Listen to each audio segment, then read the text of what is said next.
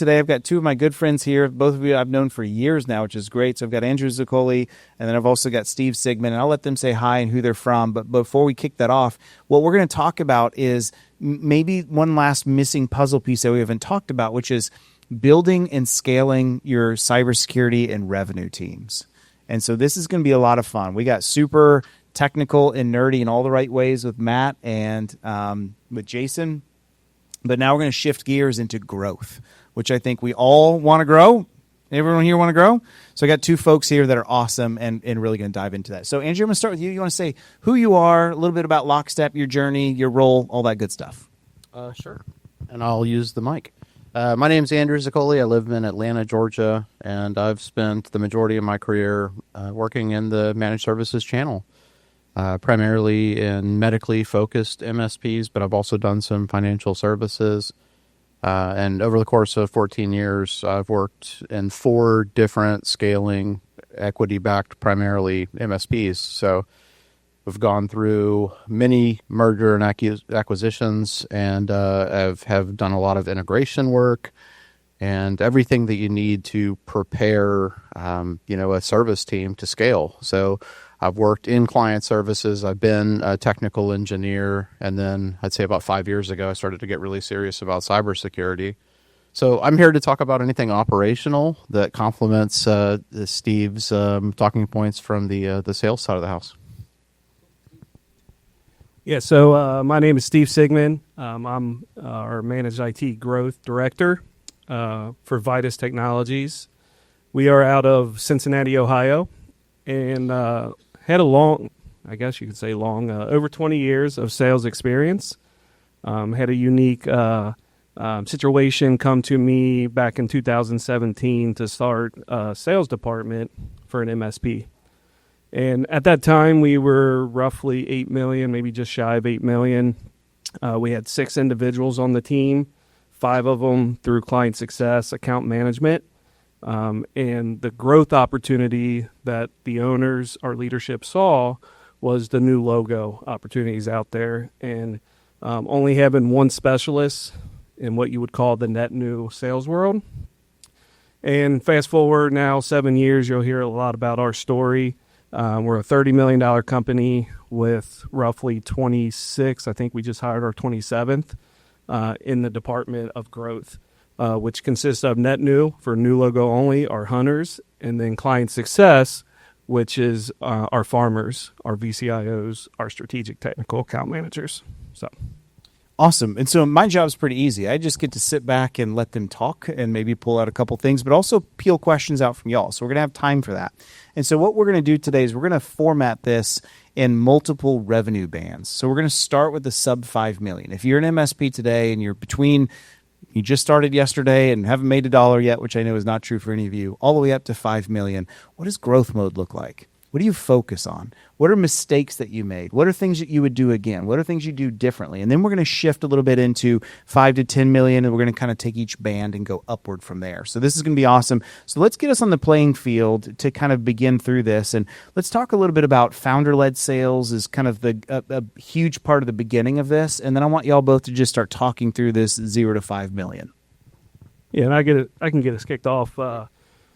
So experience-wise, we were already over 5 million when I came on board. But I did talk to my president, my direct report, that and just wanted to understand, what were we doing at sub 5 million?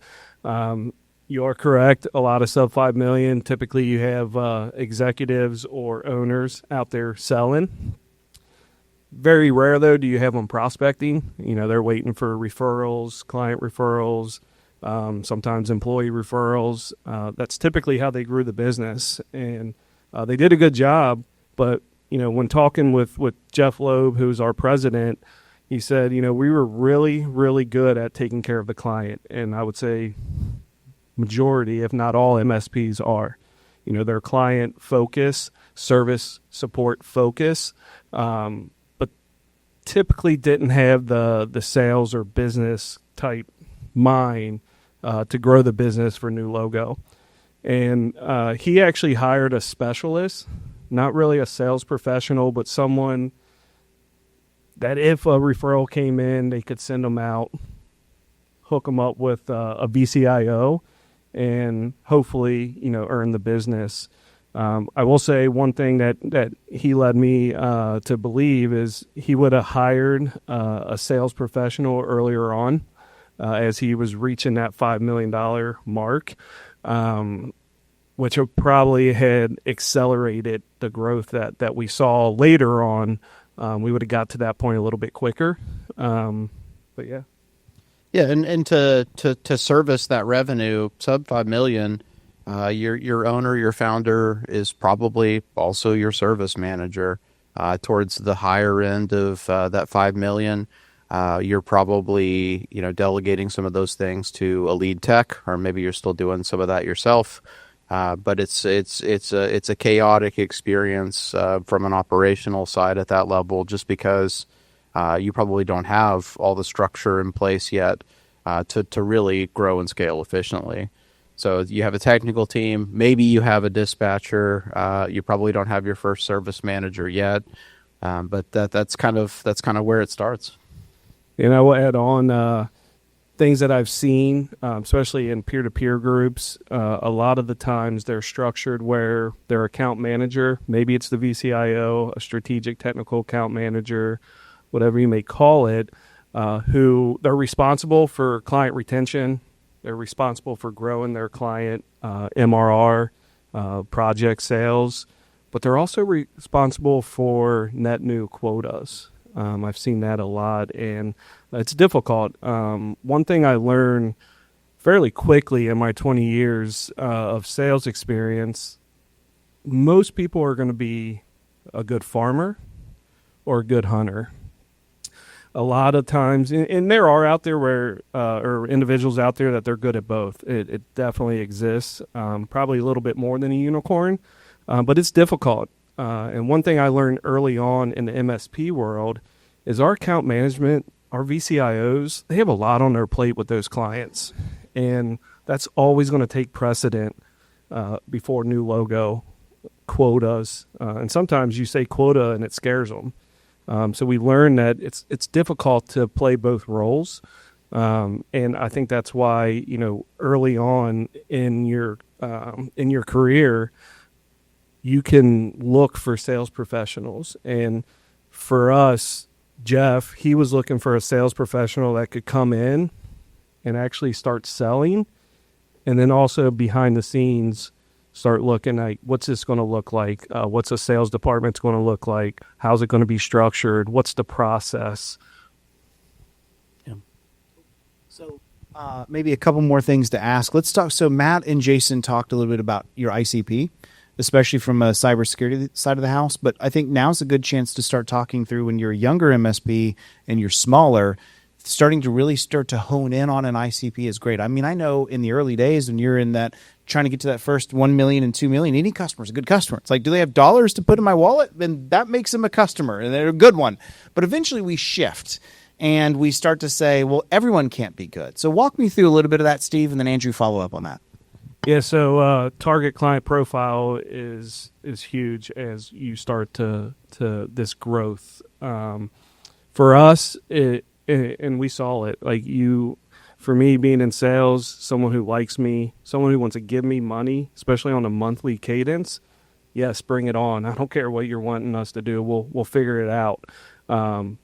And we did that early on, and we went through some pain of, maybe this wasn't a good fit. So it got us to a point where we needed to understand what is our target client profile. And for most of you who are in service leadership or have seen somebody speak upon these lanes, you have small business, you have SMB, you have small mid-market, medium mid-market, all the way to large enterprise. And, they're user-based depending on, what component you're looking at. But what they say is you got to pick one lane and you got to stay in that lane. If you look at some of the fine dining restaurants or just anyone very successful in business, they typically have the smallest menu, right? Find what you're good at and stick to it. Because there's going to be opportunities to grow in another lane or shift into another lane as you go down this journey for your MSP as you grow. Yeah, and I think the pitfalls associated with getting that wrong are just operational inefficiency. If you haven't picked a vertical specialization, or if you don't plan to at that point in your journey, the challenges that you're going to have are going to be around supporting, lots of disparate line of business applications. You're going to be you're going to have to be familiar with the lexicon of lots of different industries, and it's hard to maintain credibility with those end clients if you can't speak their language, and more importantly, if your technical team can't speak their language, because you'll lose confidence quickly. And I know just from talking to a lot of peers, they're like, well, where do I start with target client profile? I just want to help clients out, make revenue, make some profit, and grow the business. And I always say, like, start with the essence of strategy. What are you not going to do? And then work your way backwards. You can look at size, you can look at verticals, but regardless, start somewhere, and let's start with what you don't want to bring in. So if you were to, I'll put you on the spot here. If you were to go through the exercise, let's say you're at 2 or 3 million, you've got a client base that represents anyone and everyone who could sign with you and give you that money. If you wanted to embark on that exercise, where would you start? How would you look at your existing client base and determine, where you want to go moving forward? So it's a great question, and we all like data, and I think using your PSA, understanding what your clients look like today, understanding the profit of those clients, and looking at survey results. And then you can kind of, bring in, where am I really good? And I think that's where you start. Yeah. So what you're used to servicing, maybe those line of business applications that you find that your team is easiest to work with. I think the strength of your professional network can also help you dictate that. Where do you think there's the most opportunity for growth, either in your region, or if you're looking for out of state clients at that point? It's just going to help you to articulate where to spend your marketing and sales dollars to bring in those next set of logos. I agree. Yep. Cool. So let's walk up the stack. Let's get to that 5 to 10 million range. How many MSPs here are somewhere in that range? Okay, cool. How many ever are wanting to grow into that range? Great. Okay, so this is perfect. So this is where we really wanted to hone in on. I think we were correct on that. So that's great. So some things we're going to be talking about here are talking about how we align the business to scale and grow, how we start to think about some kind of like design desk that you had mentioned before. We're going to talk about roles and responsibilities. There's a lot to say about all of that. We're going to start looking at maybe we actually reevaluate the ICP at this level, and it comes in with new challenges, right? So let's start on the playing field here is really just kind of getting through just aligning. And Andrew, I think I'll have you carry the beginning of this, but starting to align our business to scale and grow, because we've got to 5 million. A lot of times we can do that through grit. We can do that through founder-led sales. But to get past that 5 million, somewhere in that range, all of a sudden things have to change for the MSP in a lot of ways. The owner can't do it all. And now the owner feels stretched in a whole bunch of directions, right? So take us from there. Yeah, so the first thing that I would do when I hit that 5 million mark, if I don't already have somebody in a service coordination role, is I would look for that resource, somebody who can triage and dispatch incoming tickets. That resource is probably also doing project tickets at this point as well. But you kind of look at the way that the C-level methodology approaches that. They talk about an air traffic controller, and your technical resources are your jets flying around. In the early stages, you might have a ticket come in, and whoever's available grabs it. Well, that doesn't work anymore once you have 5, 10, 15 technicians. And it can cause a lot of chaos and rework and frustration if you don't have focus on who's doing what.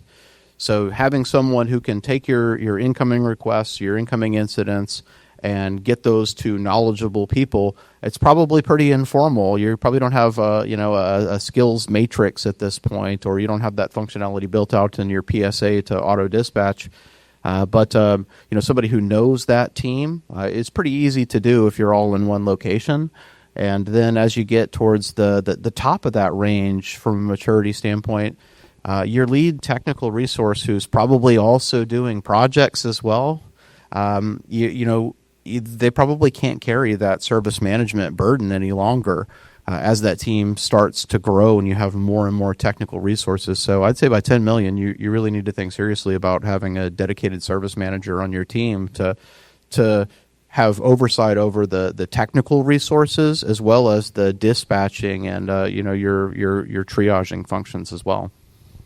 And to piggyback off the coordination and dispatching, we saw this in this range, and what we were finding is we were overwhelming our technicians. They had a lot of tickets assigned to them, and when they look in their queue and see hundreds of tickets assigned to them, it gives them an overwhelming feel. And the coordination was, we want them to be overwhelmed with tickets coming in and getting them into the technician's queue. We want technicians working on these tickets. They complete a ticket, then they go to their queue, and they should only have 2 to 3 tickets in each queue. And we saw a lot of success around that coordination for tickets. This level process as it relates to sales was a big one for me. Being consistent. I think that's a theme word for no matter what tier you're in. Be consistent, whether it's through your talk tracks, whether it's through your product stack, or the process. So learning and understanding, because for me, coming from a sales world, most processes are the same. They might be worded a little bit different, but for me, I wanted to really understand, because I don't have an IT background, and I was looking, the route we were going is to hire, instead of having IT people sell, we were looking for sales professional to sell IT with the help of a solutions engineer or what we would call a solutions architect.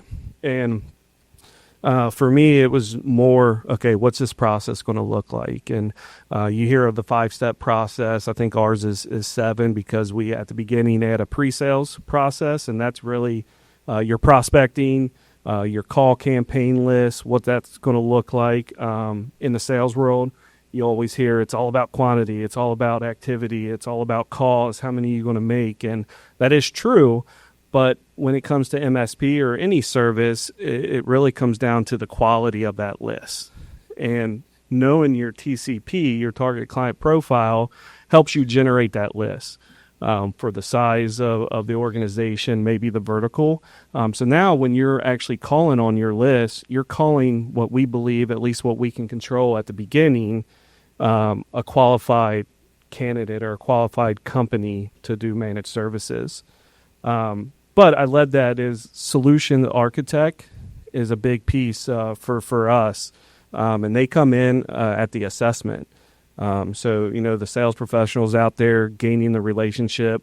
I always say I come from commodity sales, and commodity sales is much easier to prospect. Most of the time when you're prospecting or cold calling for a commodity sale, that individual on the other side of the phone knows what you're talking about. Managed service is a little bit different. I think it's much better, and companies understand what we do now. But when you call and say, oh, who are you using for your managed IT? They're like, what? I don't even know what you're talking about. So it's always, for me, it was harder to prospect a managed service client than it was a commodity. But I also believe it's easier to sell a prospect once you get them in the process. And the hardest thing about sales is getting them in the process.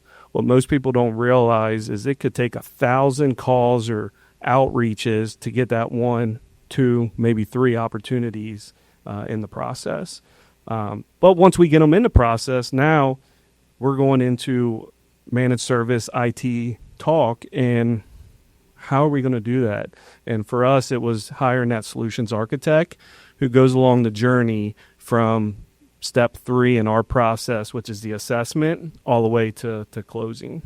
Well, I think it's also important to note that your TCP changes, and it changes at every step. So you need to evaluate as your team starts to build from the services side, you're capable of engaging with larger prospects. So if let's talk about, back to, sub 5 million, you might only be comfortable with working with customers that are, upwards of 25, 50 users. Once you have a dedicated service manager, you have some resources that are helping you with dispatching. You're probably putting some SLAs in place at that point. It becomes a lot easier to present yourself as more mature to those larger prospects. So maybe your TCP at that point is refined a little bit, and you go up stack, and you start establishing minimums at that point where you say, hey, we're not going to do business with anybody who can't afford at least $500 to $1,000 a month. Absolutely. And another thing that we learned in this tier around roles and responsibilities was on our account management team. Most of us have VCIOs, strategic technical account managers, who are out there doing their quarterly reviews. As we were growing, at this time we were 8.5 million. We had 3 VCIOs who were responsible for relationship, out there doing the QBRs. We were getting feedback from our clients like, hey, it's hard to get a hold of my VCIO when I need something other than support, because we obviously have a different channel for support. But that client might be wanting to buy something from us and they can't get a hold of our team. So this was another role we introduced in this tier called the client success specialist. And I guess describing it would be like an inside sales admin role.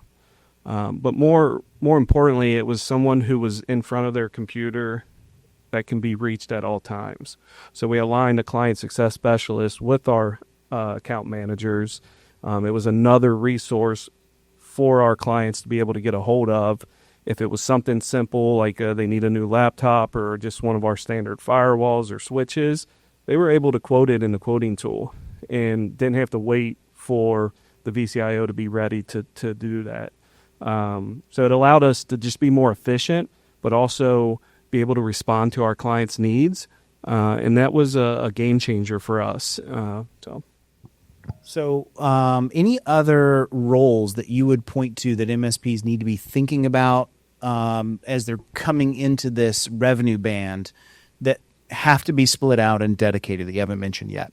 I would say towards the end of that tier, when you get to 9-10 million, for us, it was about sales leadership. Fortunately, it was me in that case, and I was already working on behind the scenes what the process was going to look like, what the structure was going to look like. And the one role that I created for our organization, it was a business development rep, or we call business development specialists or SDRs that you hear. And it was that kind of forefront, typically younger person straight out of college who was just going to be on the phones all day, prospecting, outreaching, doing community events, networking, whatever it may be, to generate activity, to generate interest for opportunities. Towards the end of that tier for us, I hired my first sales professional. And if I had it back, I probably would have hired a business development specialist first. Someone that I could teach, someone that was going to learn our industry, learn the channel, learn our TCP, be eager, be that sponge, and most likely would have been the first outside sales specialist as well. But it would have generated some activity. In my opinion, cold calling, picking up the phone is the one thing that is lost in today's world. And teaching them right from the beginning to pick up the phone, to make 75 calls a day or whatever that metric is just going to set them up for success when they are in that outside sales role. Right. So this is probably a good time to pause for questions. Anything that's come up so far? Yeah, one question, and we'll try to repeat it for the cameras too. Yeah, so what's a good KPI for escalated tickets to make sure they're moving up, being handled correctly?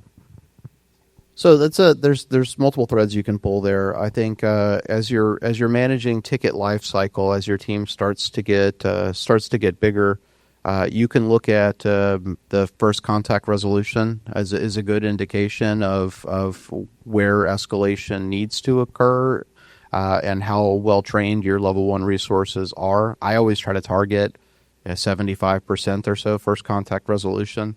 And then you're going to look at your utilization in your PSA. Utilization targets, I've seen it done lots of different ways. I've seen them as low as 70% for billable utilization. I've seen them as high as 90% for billable utilization standards. But everybody has the same target, whether you're level 1, level 2, level 3. You're essentially going to be doing 70 to 90% billable work, and that gives you time for your meetings, for your trainings, for the other administrative tasks that a technician may need to do. I think the other indication of whether or not each level of your service operations center is working effectively is that if you look at your SLAs that can be configured in most PSAs, they generally break it into 3 different buckets. You've got your response SLA, your resolution plan SLA, and then your resolution SLA. So I go through and look at each of those buckets and see, okay, well, how am I doing on my response SLA, which is generally, under 15 minutes or so. Try to keep that as tight as possible. Treat any issue as a P1 until you can prove otherwise. Adjust the priority, and then kind of to take a stab at your question, when you get to that resolution plan SLA, which is where your technician first reaches back out to that client, the success of that measurement, I think, is going to help you understand how well staffed each level of your organization is. If you start to see your getting back to the client dipping, then it's probably an indication that you need to look at the efficiency of the team or expand the team. Well, something that came to mind as you were speaking, how many, because we always talk about surveys, net promoter scores for our clients to understand kind of how we're doing. How many survey your employees, the staff? This is one area that we added into right around 9 or 10 million. We used a software where we were sending weekly surveys. And I say weekly, and you're probably like, holy crap, that's a lot of time. But it really was like 5 questions. It took less than 3 minutes to do. But they were pulse surveys. And it allowed us to see over time kind of where, and they were anonymous. I believe you can break it down by department, and as long as there's more than 4 people in that department, it's completely anonymous. If there was less than 4, then they couldn't be their own department. It would have to be holistic for the company. But what this allowed us to do is look at overwhelmed employees. It allowed us to see engagement. It allowed us to look at our employee net promoter score. But it was something that was very successful. We still do it today, and it's been 7 years, and we have a 92% participation rate on these surveys, which is pretty unbelievable for doing it weekly. Yep. What's our VCIO client ratio? And this is a great question because up until about a year ago, it was about 50, and was way too many. We actually doubled our staff for VCIOs, and now we're in the 20 to 25. As they're pushing 30, we did this because it allows us to be scalable. As they got closer to 30 was max, we knew we had to start looking for another VCIO, and then we would spread out the clients again. So do you consider revenue of your each individual client size when you're determining how much capacity a VCIO has? It was one of the factors for me, because as we were looking for net new specialists or our sales folks, we were going to go down this route of verticals, and I'm not saying it wouldn't have worked. We decided not to, because for me, I think I wanted the VCIOs to be vertical specific. So verticals had a big play in as we started breaking this out. And each VCIO might have 4 to 5 different verticals or 3 to 4 verticals, but they become specialists in that vertical, which is going to help our clients. They're going to be able to speak the same language. They're going to be able to kind of focus and have priority over those verticals. But that was a big play. Yeah, and I think it's important to note that in the MSP channel, very rarely are you doing something that hasn't been done before. I think the people in this room, I mean, we come to these events because we can learn from one another, and there are established frameworks for best practices. Whether you want to go with a Sleek-like tool, whether you want to go with True Methods, there's several different platforms out there, and it does. I wouldn't say that any of them are better than any others, but choose one. Because they all have established benchmarks for ranges of how much revenue a specific VCIO should be able to support. I think you'll know what numbers are right for you because everyone's client mix is a little different, but they can give you guidelines. So I'd say by that 10 million mark, it's really important that you're socializing and you're looking towards adopting best practices, whether you're getting them from a peer group, whether you're getting them from a community, or whether you're leveraging and adopting one of these maturity frameworks to help guide you. And as we were doing this exercise, and why we hit kind of the 25 number is if we believe there's 8 quarterly reviews that can be done each month. And if you do the math backwards, that's kind of where we came up with that number. Because when we had one VCIO who had like 56 accounts, there's no feasible way to get to every single account quarterly when you have that many accounts. And we felt it. They felt it, our clients felt it, and we had to make a change. So I've run client services teams in the past. So what I ended up doing for this, and it's kind of fast and loose, but I developed an Excel spreadsheet, and I articulated in that sheet what the touches were that were going to be required from an account management type BCIO resource, based on the size of the client. Is it going to take 15 minutes of this person's time? Is it going to take 30, an hour? And that was per different bucket of tasks. So you have, preparation of your QBR materials, you have your client meetings, you have your ticket reviews, all of those things that you want your account management teams to be doing. Make a list of those things, make an estimate of about how long it takes the people on your team to go through each of those buckets, and then count up how many clients you have. And you'll note, though, when you're dealing with a client that's 25 users versus a client that's 100 users, those needs change. So the mix of how many clients and what size clients you assign to a specific account manager, I think really does dictate how many of these you're going to need, because you can look and say, all right, if I can have 10 small clients, or I can have 5 larger clients, or maybe if it's a $50,000 a month account, you might only have that VCIO working with 2 or 3 customers. And it allows you to scale. If you have tiers for your accounts, your account managers, and you say you have a couple accounts that are less than 15 or less than 20 users, that's perfect for a newer strategic technical account manager or VCIO to come in, learn the ropes, deal with them, and then now you have a career path for that team.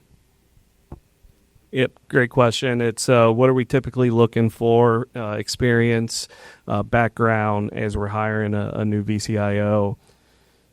I don't even know if this question has ever been answered yet, or the right answer. And we had a crazy journey, when I started taking over the account management team with the sales background. As my president would say, you're getting too salesy for account managers. And he was right. I mean, we were having account managers go more looking to sell rather than, doing the right thing for the clients. And so we backed off it. For me, it's such a tough question. For me, it's about the mentality. It's the mindset. Anytime I'm looking for someone to come on, I'm looking at their attitude. I'm looking at their holding themselves accountable. I'm looking at persistence, and I'm looking for stories in every single one. And I'm looking at habits.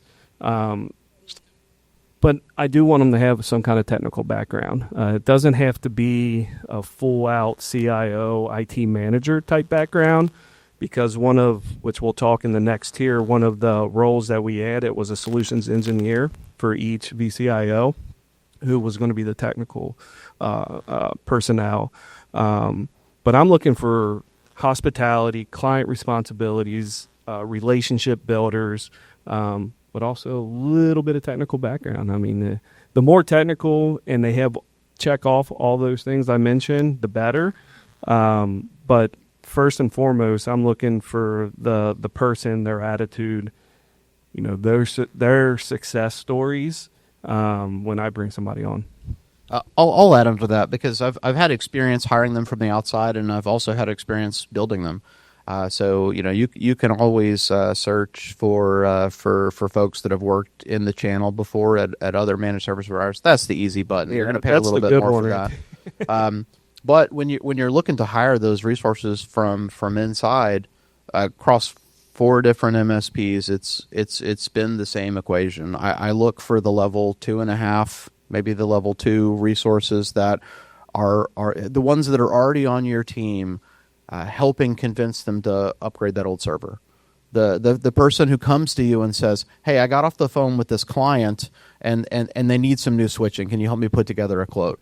Like those are the people that are already have the skills hard coded to engage with clients and be persuasive.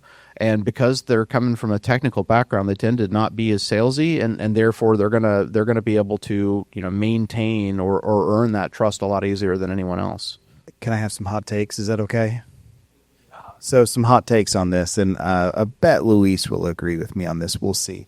If not, go find him on the boat, and he'll course correct me. But I have a lot of opinions, having been a CIO for a long time, and one of my hot takes is that we've been told for years that the type and role and compensation model for a CIO, for a VCIO, is someone who's revenue generating, who at the end of the day carries a quota. How many of you have or have had VCIOs in that role before, where they're carrying responsible quota?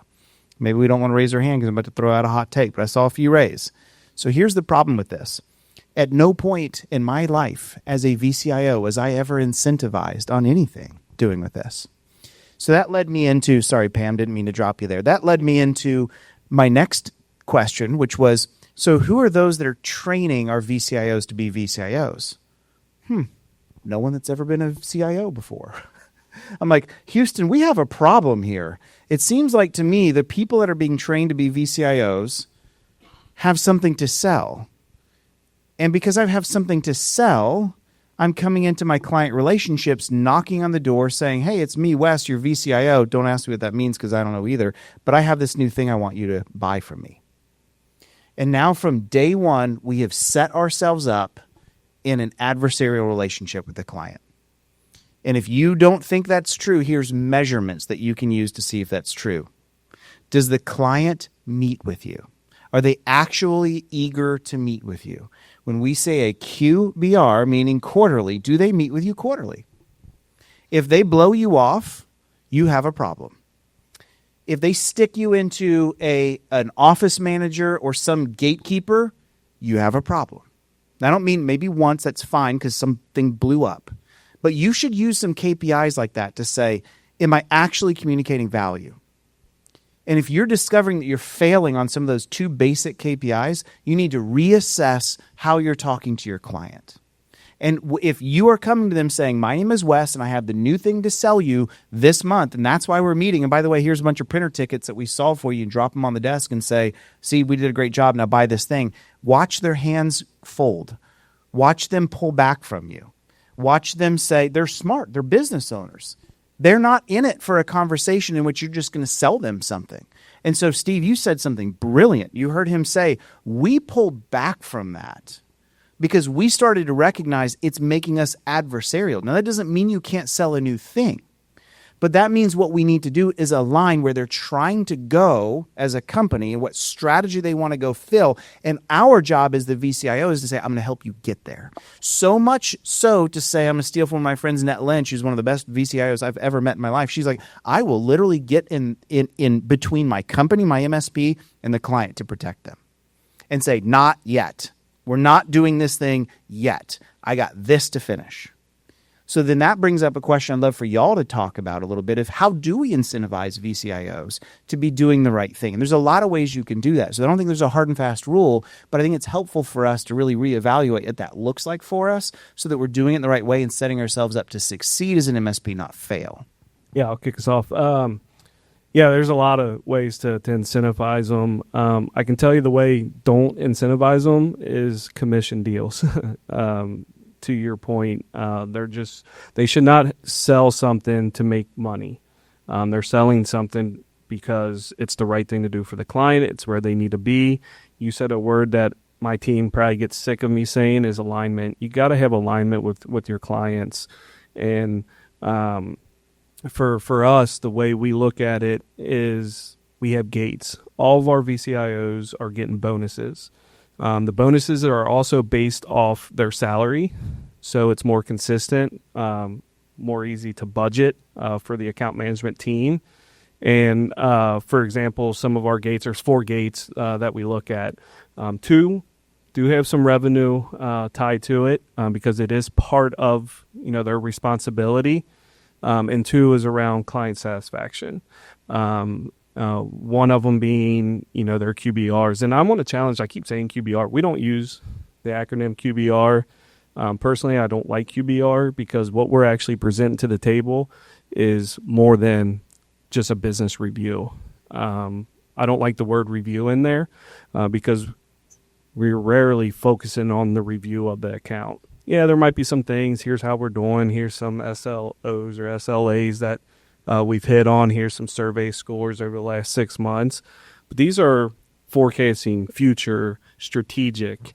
To your point, if I'm calling a CEO or trying to get a QBR, I don't need to learn about what you guys are doing for us right now or review it. You go into a strategic technical planning session or whatever you call it, but I challenge you to take QBR away and come up with something else that's more enticing, that's more technical roadmap, budgeting, futuristic in the wording. So,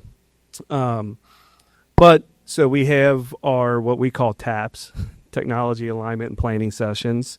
They have to hit 8 a month. That's one gate that they can hit. The second one is around their survey scores. We want them having good survey scores. Those 2 is about the client relationship. And then it's about the growth piece, which is around MRR and one-time revenue.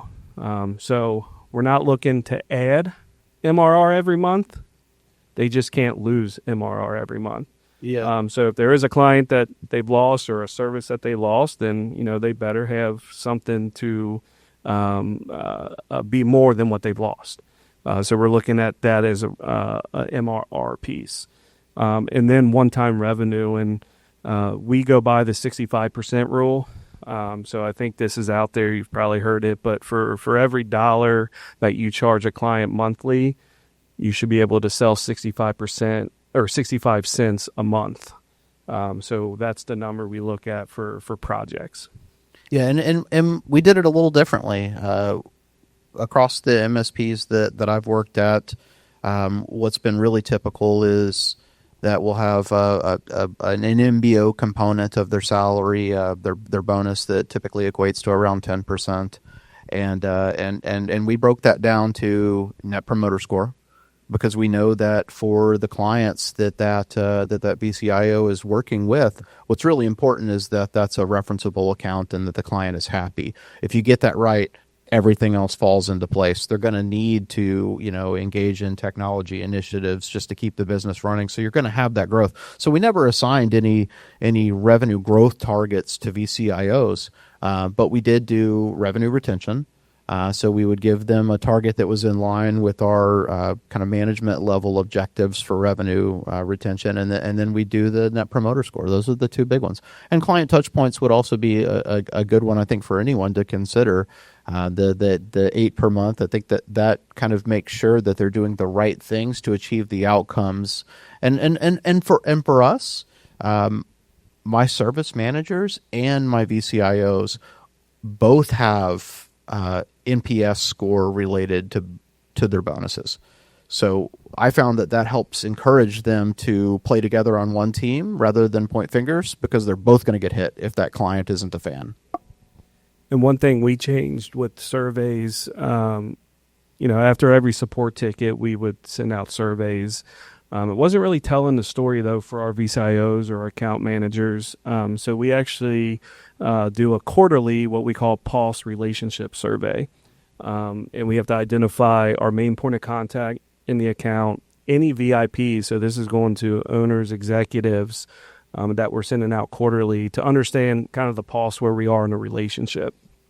Because the support NPS definitely tells a story, but doesn't always tell the story. Are the main point of contact VIPs happy? And I think that's a hot take. Sorry to cut you off, but I've never heard anybody say that before. Identifying and keeping an updated list of those VIPs at your client is incredibly important, and I think that's something I'll take away to bring back to my business. And I can tell you, we started this 3 years ago, this pulse survey, and it was half of what our NPS scores were. What is it called? We call it the relationship pulse survey. Pulse. Okay. Pulse, yep. So we're taking a pulse on the relationship. This is kind of what we came up with. Cincinnati. Yeah. Okay. And Kentucky. I mean, I actually live on the good side of the river. But so if you want to talk bourbon, I can talk bourbon. I can talk shoes, and I can talk sales a little. It's a good question. So the question is, do we offer our QBRs or whatever we call them to all clients, or are we specific to, depending on what they have? We are specific to our package, our managed IT package. We do have some a la carte clients that might, have phones with us or might have just cybersecurity. They do not get the quarterlies. They do get business reviews because you got to have touch points, and this is a key piece that I learned very early when I came over to technologies. We have technical account managers who are assigned these a la carte non-managed clients, and they just never reached out to them. They were just waiting for them to reach out to us, and I'm like, oh, hold on, Sales 101. If you're not reaching out to them, somebody is, and somebody's going to earn their business. So we do business reviews. It's not the full technology alignment planning session that we have, or budgeting. Sometimes it can go down that route, but we want to be very careful because we don't want to give them services that they're not paying for. But we are reaching out to them. We are having conversations. It's more of a review and more of an education of, hey, this is everything we can do for you. Yeah, and if you want to protect your service margin, I mean, you can look at the on-site versus a remote Teams call. You can do that as a 30-minute phone call or an hour phone call versus a 2 or 3 hour on-site based on the size of the client. And one thing that we did during this time, VCIO is another term that didn't really sit well for me.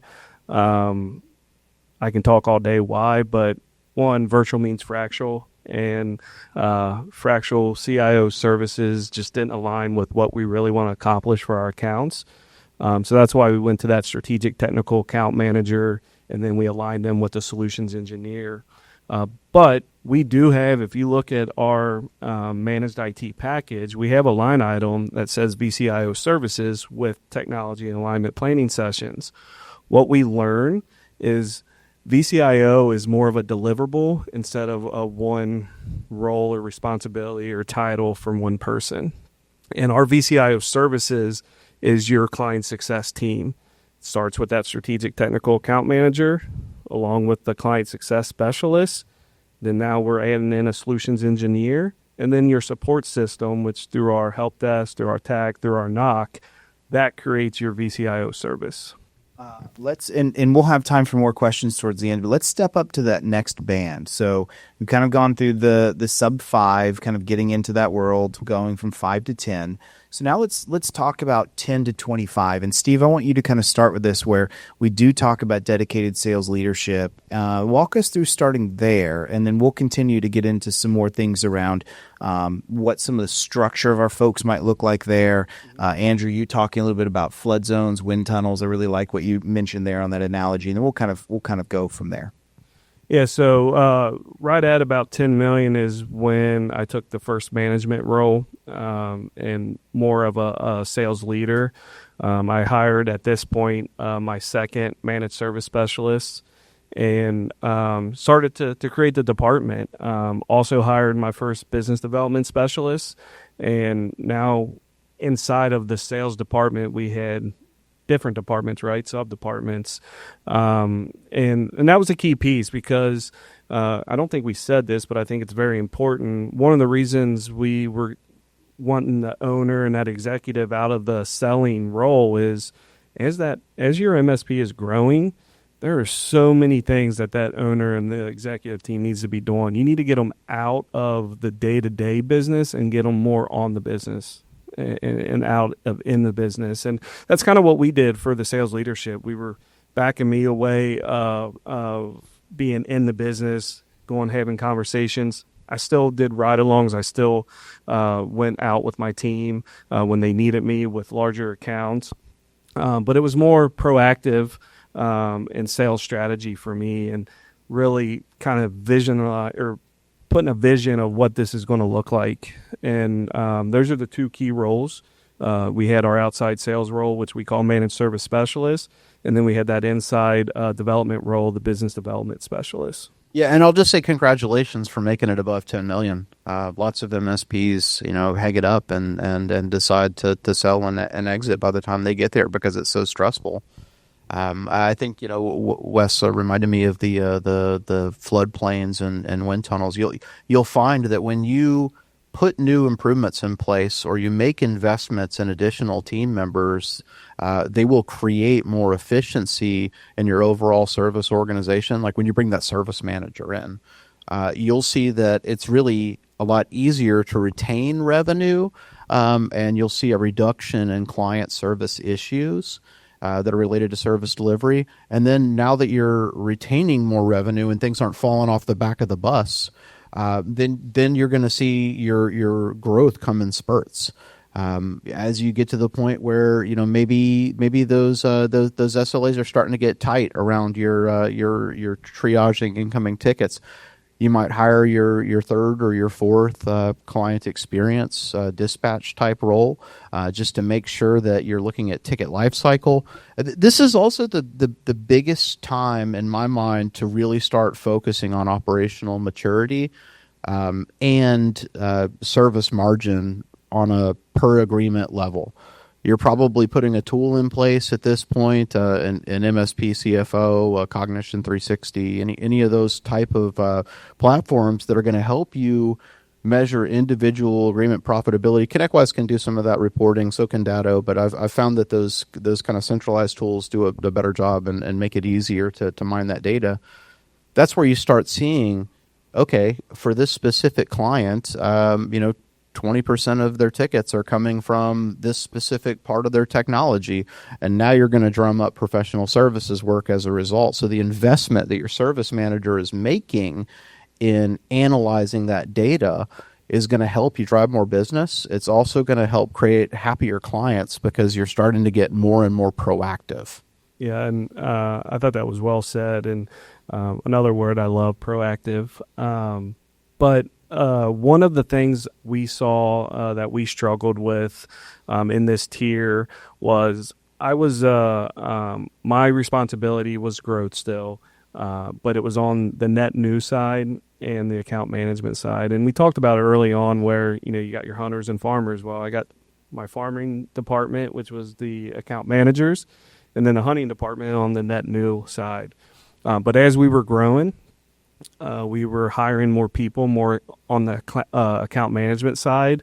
All of a sudden, 80% of my time was dedicated to account management. And this was when we learned that, hey, we need kind of a middle manager that we call a client success team manager to handle the day-to-day for our account management team, our client success specialist team. And that was something that was very successful for us. It also allowed me to take a step back, be pulled in when needed, typically pulled in when we're talking strategy, talking tracks, whatever it may be to help the account management team, but purely focused now on marketing and growth through new logo. I got to take us back to service margin efficiency. I think the other thing you're going to see above 10 million, especially as you start to get kind of midway, maybe that 15 million mark, if you don't do it sooner, is you need to split your service manager at that point. Now you're going to have a service manager, and you might also have a central services manager or a NOC manager, a lot of people call it. Somebody who's going to be focused on tuning your incoming alerts to make sure you're not creating noise. Someone who's going to be focusing on automations within your tool set, just to make sure that as much level 1 work as you can, automate or better equip your first line techs to solve those issues. All of those things make positive improvements, so that NOC manager will typically pay for themselves just based on efficiency gains that you get from them. Maybe I want to make a comment, and then I want to get into maybe one other thing about VC. So if you want to be kind of triggering that up in your mind. So one of the things that I have seen in talking to so many owners is usually the reason that 10 million mark becomes somewhere in there is when they like to sell, right? And for a lot of PE that likes to come in and buy MSPs, it's somewhere in that $7 to $10 million range. And I talked to a lot of CEOs that have sold out, and not that they failed. Don't look at it like that, but what I've heard the motivator for why they decided to sell was this. They say, we just seem to be a bit stagnant there. We grew well to 10 and just really sat at 10 for quite some time and really struggled to get to 12 to 15 and get past into those zones like you talked about, Andrew, we grow quickly. And one of the reasons why is because the MSP never spent the time to build for scale. And the owner was doing so much. And what the owner does is they start to look back and they say, wait a second, I'm able to bring on 1, 2, 3 clients this quarter, but we're losing on the back end the same number because we haven't built for scale and we're not doing a good job at this new level. And so now the owner feels like they're on a treadmill and they're just running and keeping pace and they're not growing. And there's nothing more exhausting than doing something like that. So in comes PE and says, hey, we can take that off your plate for you. We can give you a nice payday. You can kind of walk into the sunset and do the next thing. And that becomes very compelling. There's nothing wrong with that. Nothing wrong with that at all. But at some point, we also want to say, well, how do we continue to grow this company and get past all of that, right? So Steve, maybe a particular question for y'all. You did get past that, right? What do you think were some of the keys to getting past that stagnation point that so often exists right around that number? A lot of it was grinding, just pushing through. But I think everything we talked about around process, documentation, establishing a consistent process was key for us, because we could always fall back on if something didn't work well, all right, we got outside the process, but that was a key piece to it. And then, we were continuing to sell. The net new team was closing, close to $200,000 in MRR per year, and it allowed us to keep growing. Now, I will say there was a specific event that happened that we're all trying to forget 4 or 5 years ago, where it was tough to hire. We were feeling the growth pains, and we were at one point we grew at 32% with one less technical support resource over a 12-month span, and that was difficult. We were all feeling it. Our clients were feeling it, and it was just tough to start building and scaling our support team. But we grinded through it, and that's the type of folks we hired. We're going to roll up our sleeves. We're going to get the job done, and that's what we did. And then fortunately, it started getting better. We started scaling and hiring. We hired a NOC manager. We hired a TAC manager, and now we have a director of technical services that could work more on the business and not always in the business with the team. And we started doing that in other departments as well. And it was a crucial piece. And maybe we stepped back a little bit when you looked at the end of the year on profitability, but we were in growth mode. We were investing heavily back into the business, and we were on this path where we were growing, and we were okay with that. We also started adding additional services. You talk about VCSO, and that was one that we added in. Awesome story for who runs this for us. He was a NOC technician, and just really went on his own, getting certified in different security certifications, and now he's our director of internal security, who also currently he's going to expand the team as we sell more. He comes along the ride if you have our VCSO services, and he's got a cadence where he's checking in monthly, sometimes quarterly, depending on how it's set up. And that was a big piece for us as well. Yeah. Well, I wanted to add to this. As you're preparing to really scale past that 10 million, you really just have to embrace that what got you here won't get you there. There's a tremendous amount of value in doing kind of a comprehensive look at your operational maturity level. And our friends over at Pax8 and their academy program, I've successfully implemented it at 2 different MSPs, and you can feel that temperature start to cool off as the team feels that the processes support them. It removes some of the chaos in the air. Let's be real. I mean, operating in the channel, you're going to have really stressful days. We're juggling a lot of balls. I like to explain it as, I'm trying to hold balloons underwater. I got 10 balloons that I'm trying to just keep under, keep down in the pool, and eventually one's going to come up. But when you look at that and you say, okay, why did that happen? Is there an established best practice that I can put in place to try to prevent that in the future? And you'll see things start to smooth out, and those things will happen less and less. You'll have more good days, and then you'll start to see your business start growing again once the temperature cools down.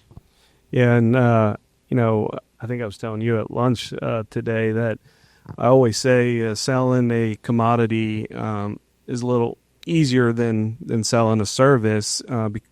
Everybody's happy when things are working, but in our channel, what we do, it's not always working. And what we want to present to our clients and make sure that they are aligned with is you're going to be happy when things aren't working because of the people, because of our process, because of what we're going to do, what it takes to get you back up and running. And that's a key piece to grinding through and pushing through, and helped us establish our growth. But yeah. So we're pretty much out of time. Is that right? I'm getting the nod from Danielle. I wonder if she will grant us one question. Can we have one final question? No, we're done. Anyone have a final question? How would you identify if something's not working in your price model, like that you need to make a change within your price model? And a follow to that, how do you implement that to existing clientele once you've identified the changes? Yeah, I always start with service margin. If you start to see, you're lagging behind your targets, if you're making less than 35, 40 points of margin, you probably need to take a good hard look at, are you being efficient? Are you resolving repeat issues? Because those things really drag your team down, and then they cause escalations, and now your account managers need to get on the phone, and people aren't doing the work that they need to be doing because they're now dealing with an escalation. If you're able to implement an effective problem management, identification and management strategy, you're going to be good at attacking it from that end. Look at the cost of your tooling, your service bundles.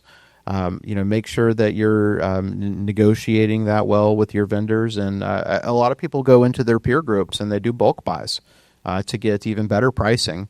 So that's something I would always recommend exploring. And then on the pricing side of it, make sure that your service agreements have escalators built in. You should be adding 3, 4, maybe 5% annually for your contracts as they renew year to year, to make sure that you're keeping up with inflated tool costs that you're having to observe. Because if you're not doing that, then you're just going to see your margins start to erode slowly over time. Yeah, I was going to talk about escalations for your contracts. It's something that we struggled with back in the day and do a much better job at. And when we get in those scenarios, we definitely, like right now, we're working through a new agreement. And we are we have a lot of agreements and versions in our PSA that we're getting to this one agreement. And a lot of these are adding new services, which is going to add MRR, which clients aren't always happy about. But we're going in, and I think you can have this same conversation of like, listen, here's where we need to get to. Here's what it's going to cost. When can we budget this? And you're hearing me say we. I tell my account management team, they're not sellers, they're buyers. If they have that relationship with their accounts, they're buying. And it's like, how do we get to here? And then you can have that strategy talk track of when can we do it. Something that we did, don't say, I don't know if this is right or wrong, but if they can't do it today, then it's like, okay, we're going to keep you at the same price, but that 3 to 4% escalation is now going to be 7% over the next 5 years until we get you there. We're here to work with you, not against you, and just having that relationship. And at the end of the day, it's about the value. And I always say, people don't buy what you do, they buy why you do it. And if you can share that alignment, that passion, then you're never going to sell. They're just going to buy.